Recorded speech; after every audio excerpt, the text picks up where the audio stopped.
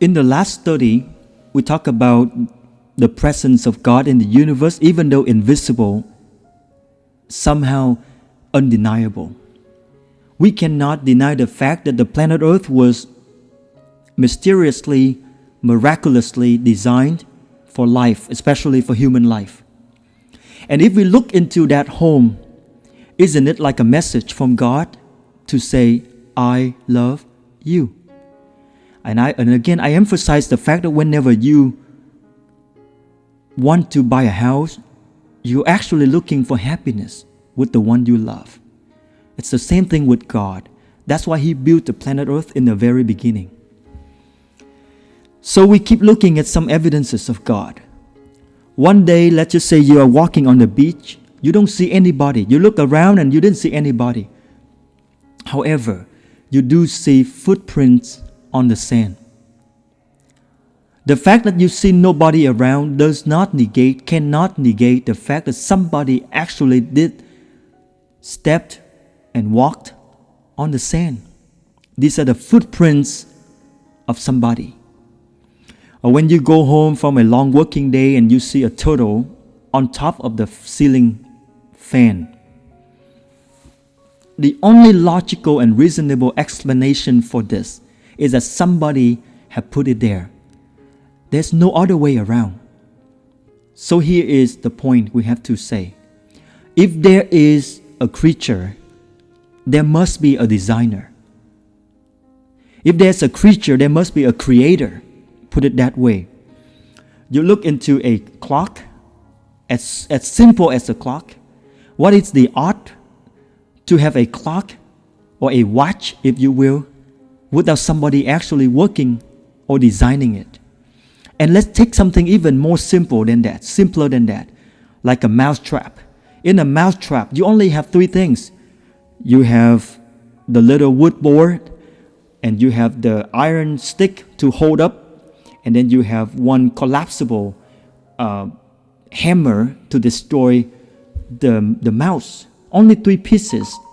And without a designer, how does it come about? Without a creator, is there any possibility for the mousetrap to come to existence?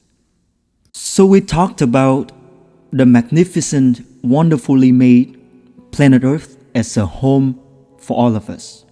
Looking from the outside, about the location, the roof, the air temperature, air system, temperature system, and all of that, all of those technical requirements in order to have a home. Let's take a journey into nature and see the details, the beautiful details that God has made inside of that home. On a sunny day, you go to the beach and you will see sea otters. And if you look at them, your heart will be ringing with joy. Because when you see their cuteness, usually when they swim, they hold hands together so they don't drift apart from one another. And if you are lucky enough, you will see some of the baby sea otters being embraced by their mother and fed lovingly as they trip along the ocean. Inside, in the bottom of the ocean, at the bottom of the ocean, you would have seahorses swimming around, holding their tails, lovingly feeding one another. If you go to the mountain, you will see some squirrels. And squirrels are very special. They are the very forgetful animal. They often take the seed of those evergreen trees and they bury it, hiding it somewhere, hoping that one day they will actually use it. However, they forget.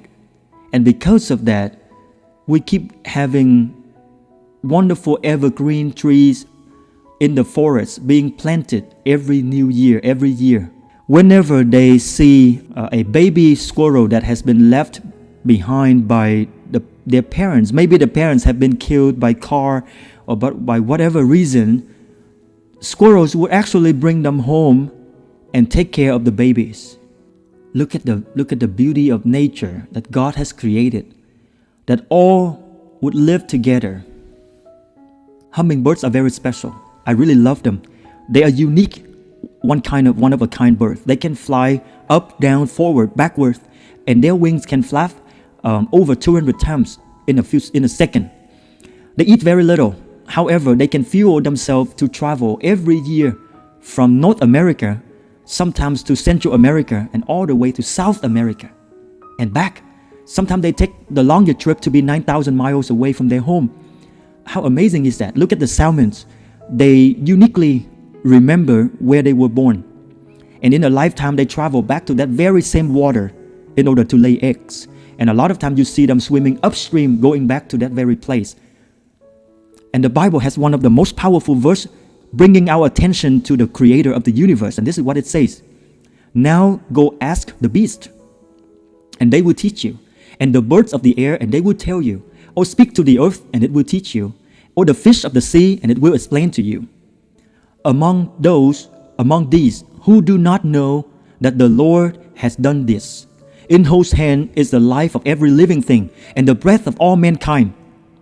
So, in the last episode, we talked about God inviting you to look up into the sky and see who created the stars and the moon and the sun and the planet. Now, another invitation for us humans to go ask nature. Ask nature. Does any of the animal do not know that God created them and sustained them?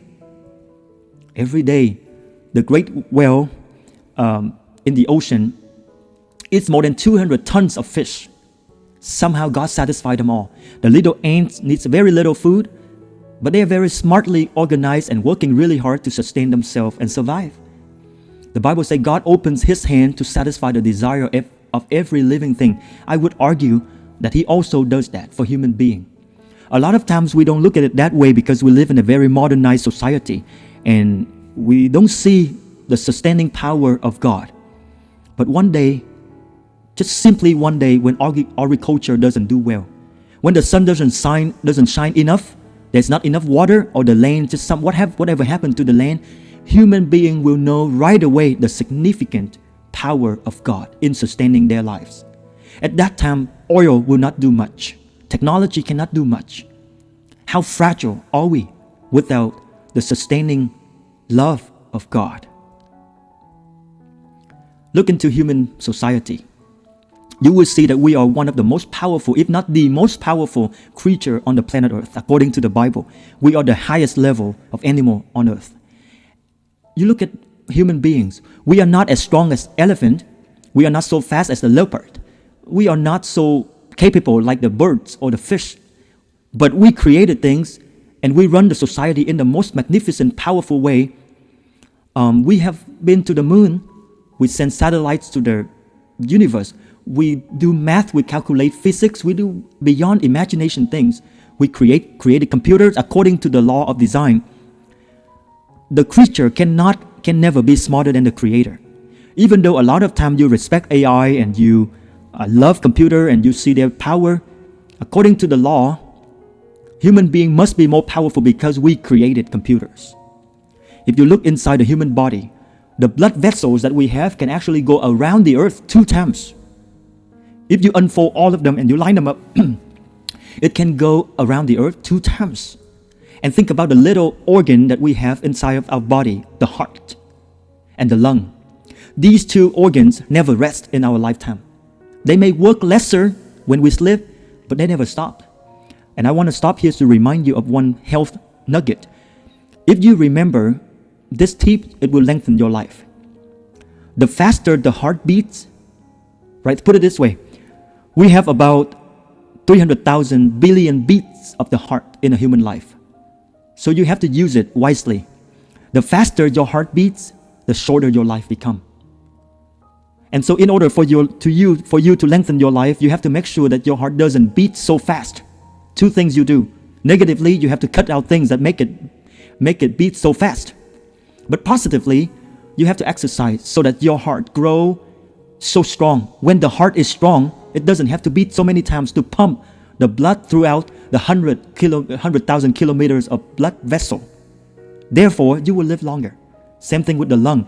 Exercise will make your lungs stronger. So you don't breathe so many times. You only breathe lesser time, but more oxygen. The human body is one of the most mysterious mystery of the universe.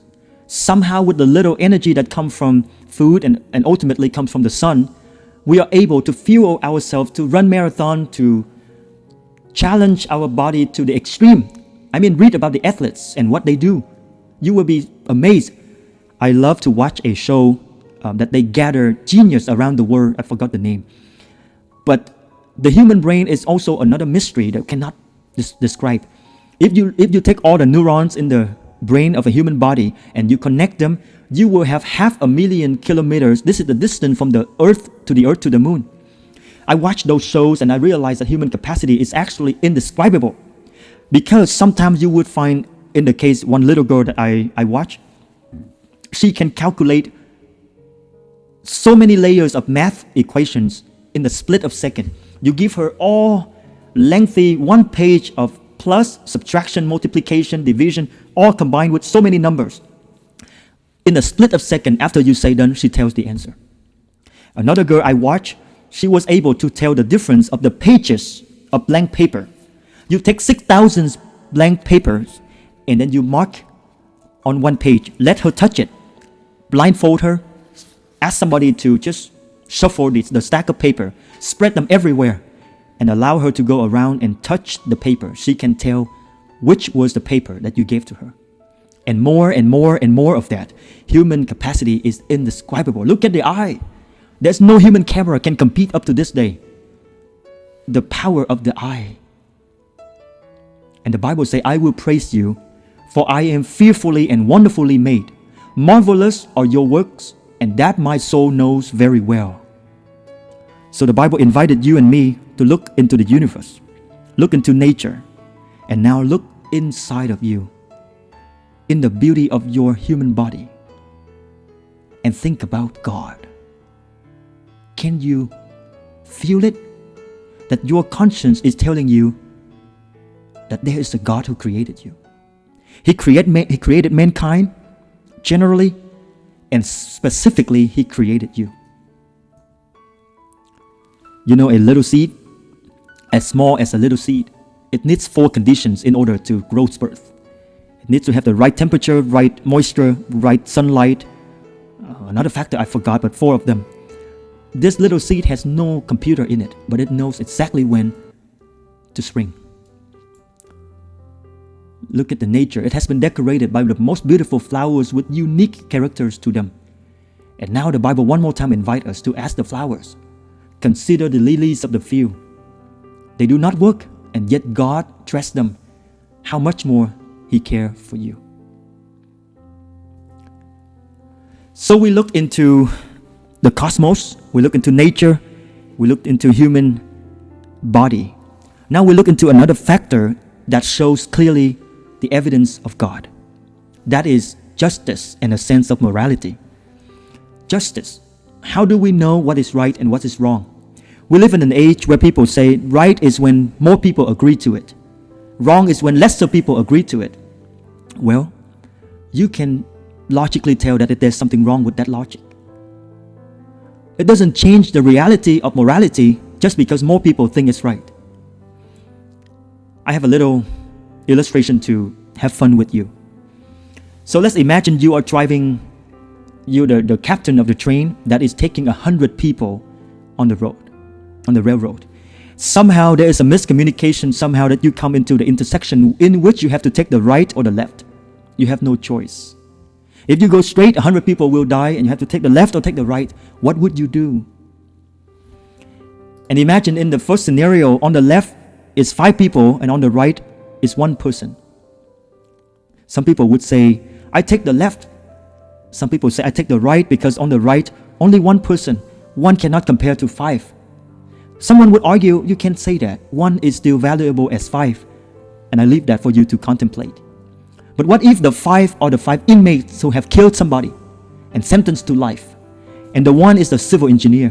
What would you do? Some people would say, kill the inmates. Some people say, no, you can't because a life is a life. What would you do? Or in the scenario, you have 3 women and 3 men. What would you do? Or sometimes the 3 children versus the 3 elderly. Some people say, let the elderly go, keep the children because they have more time. Some people would say, no, elderly life is important as children's life. Life is life. What if, this is a joke, no offense to anybody, please, just to make you laugh. What if these are 3 white and 3 Asian? What would you do?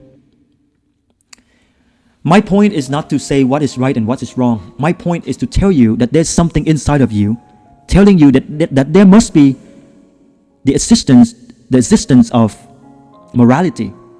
That society is not a whole bunch of creatures evolved over the years with no morality at all. Even if we deny it, we can deny the fact that we have the conscience speaking to God, to us all the time. How do we explain love and justice from the standpoint of evolution? That we just evolved from a whole bunch of animals. In evolution, you're supposed to look out for yourself, because natural selection says only the stronger, the more fit will survive. The survival of the fittest. Why would you care those who can't compete? Why would you love them? But society has shown to you clearly that human beings have benevolence, charity. We care, we love. When I was in Philippines doing ministry, I see a lot of parents going around to sell lottery tickets. And I look into the tuk-tuk and I see these two brothers. They hug one another, warm one another up in a lonely and cold day. This is love. Please do not tell me that we are a whole bunch of randomly created creatures trying to fight and win as much as we can in this life and die with zero hope. What if you look in a different way and you see we are created by God, we are to love one another, we are to seek for salvation. How about that? Wouldn't it be better? I remember this man, as the Adventist church was doing missionary work, by the way, Adventist church is one of the churches that are so devoted into helping people. I pray if you're one of them, if you are thinking about that, if you have any background in medical or whatever you do, it doesn't have to be medical. If you ever think about people, please join us one of these days for mission trip. We go to countries where people suffer more than us because of a lot of reasons. We just want to help out. And so that trip I was on, around 5 a.m. in the morning, I see the father waiting in long line to get some medical help for his son. And my heart was ringing within me, and so I brought him some mangosteen, which is expensive for his area. The moment he took the mangosteen, the first thing he did, he didn't eat it. He take the white meat of the fruit and give it to his son. And your heart will actually grieve just like me to see that he eats the outside, the surrounding leftover from the skin of the fruit, and he wants his son to have the best. And of course, I give him more. You know, this is love. Love is one of the strongest evidence for God. If we comes by chance, we would not have this kind of love within us. We are not a whole bunch of creatures evolved over the million of years. We are created with a conscience that God put in us. And that conscience mimics God's conscience. It knows right and wrong. It knows how to love. So do not suppress it by the dirtiness of this world. Another story I want to tell you about this man. I came on Father's Day, one of the speakers for the crusade. And at the end of the series, somehow they say, now I have some announcement to say. And the two girls walk up to the pulpit and say, today I want to adopt a father. And I was so fascinated with the story. And it turns out, so this man in red, he has a brother. And his brother is actually the father of these two girls. When this man was in college in Manila to study to be an engineer, he received the news that his brother died out of whatever reason. I forgot the reason. Excuse me. And now only the sister-in-law and his nieces, they didn't know how to make ends meet. And so this man, he left college. By the way, in Asia, being in college is not an easy deal. You have to have entrance tests and all that. And he gave up his life. He went back to Mindanao and he did agriculture. He raised up the girls, and now the girls have good job and good life. The mother and the uncle, over the years living together, they really developed the love for one another, but they never dare to admit it because they don't want to make the girls feel like they are forgetting their father. So they just silently love one another. On that very Father's Day, the girls stepped up in my presence and say, "Today, we want you to know that we love you, we accept you, we want you to be our father now and forever." What a beautiful story of sacrifice and acceptance. Human society is way better than any animal society because God created us in His image. Follow His character. We have a conscience that mimics God. We are not randomly created. We were beautifully created by a God who is love.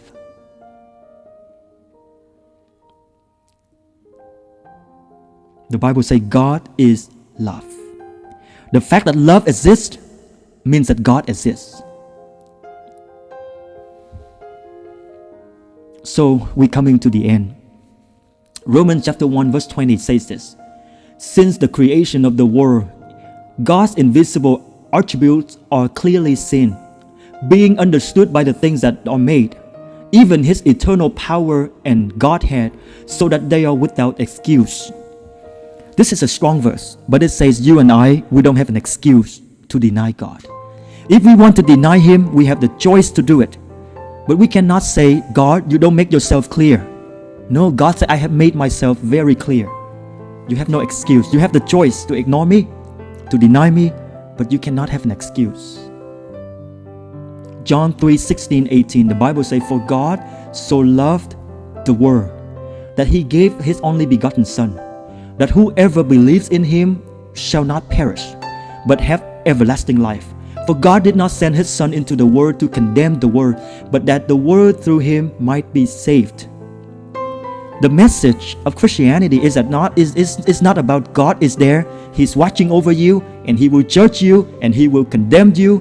The message of Christianity is this: God created you, He loves you still, He's watching over you to help you, not to judge you, and He's reaching out to say to you that life is short, everybody will come to the end one day, and at that moment, nothing else matters more than His salvation, and He's whispering to you today, would you please open your heart and say to God, "Yes, I am convinced that you are there. I want to explore you, I want to find you. Please do not give up on me." Life has stages. I don't know where you are today. Some of the students of mine, they are at the end of life. Some of them at the beginning. Some of them in the most busy time of their lives, but also the most exciting time. Where are you? Where are you? You are. My call, my appeal to you is still, please add God into your life. He will make everything better. He will not change your life for the worse. He will change your life for sure, but for the good, for the better. He is the God who makes everything better. Pascal, one of the best mathematics of scientists ever, he said this: let's put the whole faith into an equation and think about it. If you believe in God, in the end, we will find out that you're right and you have eternal joy. You don't die forever. You will live again. But if it turns out you're wrong, what do you lose? What do you actually lose? You go to church to get inspiration. You go to church to have a good community. You have to go to church for your children to grow up healthy. What do you actually lose? But if you don't believe in God and you deny Him and turn out you're right, what do you gain? You gain nothing. No one to pray to when you have a lot of stress in your life. No divine help. And you're going down the path of excessive pleasure and eventually destructive lifestyle. And it turns out if you're wrong about atheism, what if you have to experience eternal punishment? That is the cutoff forever from God. Everybody else receive resurrection and live again. But you and I just stay in the grave forever. No hope. What do we actually gain out of that? So that's Pascal's argument. I'll tell you the last story. On an airplane, you have one pilot. You have 3 passengers, but only 3 parachutes. And so when the pilot knows that there's something wrong with the engine, he took one and he jumped right away. Nobody knows that he jumped. When they find out that he jumped already, now we have 3 people, 1 old man, 1 Boy Scout, and 1 man but only 2 parachutes. The one man says to the old man and the young boy, I am the smartest man on earth. I have to live because I'm rich. I need to enjoy this life. I will be more beneficial to society than you two. So he take one and he jumped. Now only the old man and the young boy scout and one backpack. So the old man say, you jumped. I lived long enough. You have a whole life ahead of you. Please jump. And the boy looks at the old man and say, Grandpa, don't worry about it. The smartest man on earth, he mistakenly took my backpack and jumped already. So we still have 2 parachutes to live. Does it matter? Does it matter what you jump with? Is everything the same? How you live your life? Does it matter what you jump with? It may not matter now. It may not matter now because when we live on this planet Earth, bad things happen to good people, just as good things happen to bad people. So for now, you don't see much difference, even though you do see it sometimes from time to time. But when you come to the end of life, when you have to jump to the other side of life, does it matter where you jump into? But if the Holy Spirit speaks to your heart, you will know it. All I ask you is to surrender to that voice and say, God, I believe that you are there, that you love me, and you will save me at the end of this life. May the Lord be with you. Amen.